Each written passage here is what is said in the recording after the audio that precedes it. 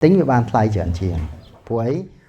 Adam Detina រដ្ឋមន្ត្រីក្រសួងកសិកម្មរុក្ខាប្រមាញ់និងនេសាទកាលពីរសៀលថ្ងៃទី24ខែឧសភាបានអញ្ជើញជួបស្មិទ្ធស្នាលជាមួយប្រជាកសិករដាំទុរេននៅឃុំអូសោមស្រុកវាលវែងខេត្តពោធិ៍សាត់ដើម្បីក្តាប់ស្ថានភាពផលិតកម្មស្ដាប់សំណូមពរនិងផ្ដល់ការគាំទ្រចាំបាច់អាដាមរដ្ឋមន្ត្រីពិតជារីករាយដែលបានស្ដាប់ឮផ្ទាល់ថា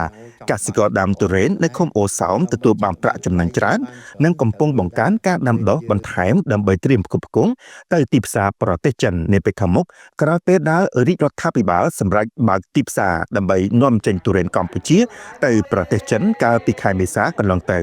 ចាស់ស្ដែងកសិករមួយរូបដែលមានផ្ទៃដីដាំដុះទុរេនចំនួន30ហិកតាបានអះអាងថាលោកអាចរកបានប្រាក់ចំណេញប្រមាណ$25,000នៅក្នុងមួយឆ្នាំជាមួយគ្នានេះកសិករមួយរូបទៀតកំពុងសាងសង់ឃ្លាំង workshop ទុរេនអូសោមដើម្បីសាកល្បងនាំចេញទៅប្រទេសចិននាពេលខាងមុខផងដែរអាដាមរដ្ឋមន្ត្រីបានផ្ដាំផ្ញើនិងលើកទឹកចិត្តបងប្អូនកសិករដាំទុរេនឲ្យអនុវត្តកម្មវិធីកសិកម្មល្អឲ្យបានខ្ជាប់ខ្ជួនដើម្បីរក្សាកេរ្តិ៍ឈ្មោះល្អរបស់ទុរេនកម្ពុជា